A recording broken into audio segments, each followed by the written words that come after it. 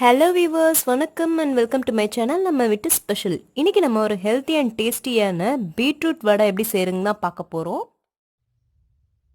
இப்போ நம்ம பீட்ரூட் வடை செய்கிறதுக்கு முதல்ல பருப்பை ஊற வச்சுக்கலாம். அதுக்கு நான் இன்னைக்கு 1/2 கப் அளவுக்கு துவரம்பருப்பு எடுத்திருக்கேன். 1/2 கப் அளவுக்கு கடலைப்பருப்பு எடுத்திருக்கேன். இந்த துவரம்பருப்பையும் கடலைப்பருப்பையும் நல்லா தண்ணியில் ஒரு 2-3 தடவை கழுவி க்ளீன் பண்ணி எடுத்து வச்சுக்கோங்க. இப்போ பார்த்தீங்கன்னா நான் அந்த பருப்பெல்லாம் நல்லா தண்ணி ஊற்றி கழுவி க்ளீன் பண்ணி எடுத்திருக்கேன்.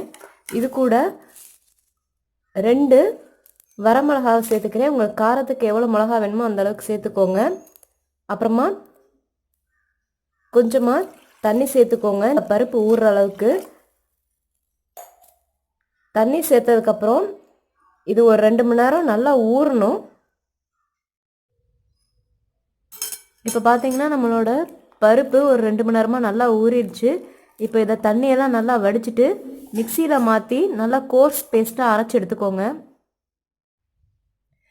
இப்போ பார்த்தீங்கன்னா நம்ம ஊற வச்சுருந்த பருப்பு மிளகாயெல்லாம் நான் மிக்சி ஜாருக்கு நல்லா தண்ணியை வடிகட்டிட்டு வெறும் பருப்பு இந்த மிளகாய் மட்டும் சேர்த்துருக்கேன். இதை நல்லா கோர்ஸ் பேஸ்ட்டாக அரைச்சி எடுத்துக்கோங்க. கொஞ்சம் கூட தண்ணி சேர்த்துற வேணாம். இப்போ பார்த்தீங்கன்னா நான் மிக்சியில் நம்ம ஊற வச்ச பருப்பை நல்லா அந்த கோர்ஸ் பேஸ்ட்டாக தண்ணி இல்லாமல் நல்லா அரைச்சி எடுத்துக்கிட்டேன். இப்போ இது கூட 1 கப் அளவுக்கு வெங்காயம் சேர்த்துருக்கேன். நான் இன்றைக்கி வெங்காயம் நல்லா தின்னாக கட் பண்ணியிருக்கேன். அப்போ தான் நம்ம வடைக்குள்ளே நல்லா வேகும். அதனால் எவ்வளோ நைஸாக கட் பண்ண முடியுமோ அவ்வளோ நைஸாக வெங்காயம் கட் பண்ணிக்கோங்க. அது கூட ஒரே 1 கப் அளவுக்கு பீட்ரூட்டை நல்லா தோல் சீவி நல்லா திருகி எடுத்திருக்கேன். நல்லா கேரட் துருவலை வச்சு நல்லா பீட்ரூட்டை நைஸாக துருவி எடுத்திருக்கேன். அதை சேர்த்துக்கோங்க. அதுக்கப்புறமா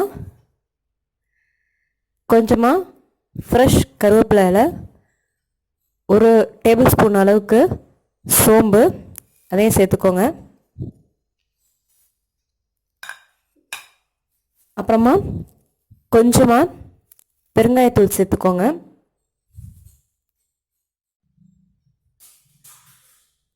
இப்போ உப்பு சேர்த்துடலாம். உப்பு உங்களுக்கு எவ்வளோ டேஸ்ட்டுக்கு வேணுமோ அந்த அளவுக்கு சேர்த்துக்கோங்க.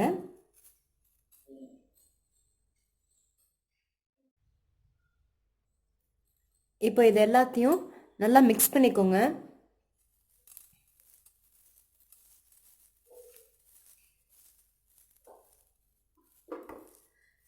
இந்த மாதிரி பீட்ரூட்டை வடை மாதிரி செஞ்சு கொடுக்கும்போது பீட்ரூட் சாப்பிடாதவங்க கூட நல்லா சாப்பிடுவாங்க. குழந்தைங்களுக்கும் இதெல்லாம் கொடுக்கலாம். பீட்ரூட் சாப்பிடாத குழந்தைங்களும் இந்த விரும்பி சாப்பிடுவாங்க. இப்போ இதை நல்லா மிக்ஸ் பண்ணதுக்கப்புறம் இது கூட ஒரு 2 டேபிள் ஸ்பூன் அளவுக்கு அரிசி மாவு சேர்த்துக்கோங்க. இதே நல்லா மிக்ஸ் பண்ணிக்கோங்க.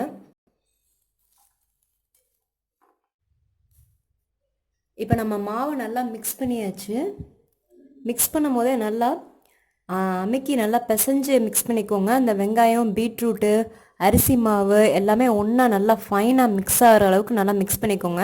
இப்போ கையில் நல்லா எண்ணெயை அப்ளை பண்ணிக்கோங்க. அப்போ தான் நம்ம வடை தட்டும் போது கையில் எண்ணெய் ஒட்டாமல் அந்த மாவெல்லாம் ஒட்டாமல் இருக்கும். இப்போது ஒரு சின்ன உருண்டை அளவுக்கு இப்படி பிடிச்சிக்கோங்க. இந்த மாதிரி உங்களுக்கு என்ன சைஸ் வேணுமோ அதை எடுத்துகிட்டு இந்த மாதிரி உள்ளங்கையில் வச்சு லேசாக இப்படி அமுத்தி கொடுத்தீங்க அப்படின்னா இந்த வடை ரெடி ஆயிரும். இந்த மாதிரி உங்களுக்கு என்ன சைஸில் வேணுமோ நீங்கள் வடை தட்டி எடுத்துக்கோங்க. இப்போ பார்த்தீங்கன்னா நம்ம எல்லா மாவையும் இந்த மாதிரி வடை சைஸுக்கு தட்டி வச்சாச்சு. இப்போ இது எல்லாத்தையும் எண்ணெயில் போட்டு பொரிச்சு எடுத்துடலாம். எண்ணெய் சூடாகிடுச்சு. இப்போ நம்ம வடையை ஆட் பண்ணிடலாம்.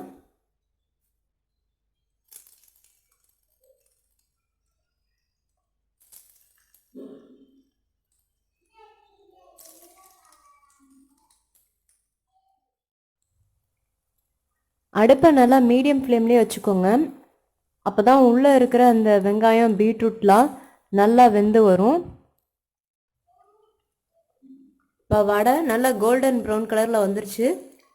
இப்போ நம்ம வடையை எடுத்துடலாம். இது பார்த்தீங்கன்னா சாம்பார் சாதம் ரச சாதத்தோட சைட் டிஷ்ஷாகவும் சாப்பிட ரொம்ப டேஸ்ட்டாக இருக்கும். ஈவினிங் டீ டைம் ஸ்நாக்ஸாகவும் சாப்பிட்லாம். இதில் பீட்ரூட் ஆட் பண்ணியிருக்கோம் அப்படிங்கிறத நம்ம சொன்னால் தான் தெரியும். ஸோ குழந்தைங்களுக்கும் நீங்கள் கொடுக்கலாம். ரொம்ப ஹெல்த்தியான ஒரு ஸ்நாக்ஸ் இது. அவ்வளோதாங்க, நம்மளோட ஹெல்த்தி அண்ட் டேஸ்டியான பீட்ரூட் வடை ரெடி ஆயிடுச்சு. உங்களுக்கு இந்த வீடியோ பிடிச்சிருந்தா லைக் பண்ணுங்கள், ஷேர் பண்ணுங்கள். நீங்கள் நம்ம சேனலை இப்போ தான் ஃபஸ்ட் டைம் பார்க்குறீங்கன்னா மறக்காமல் நம்ம சேனலை சப்ஸ்கிரைப் பண்ணுங்கள். நன்றி, வணக்கம்.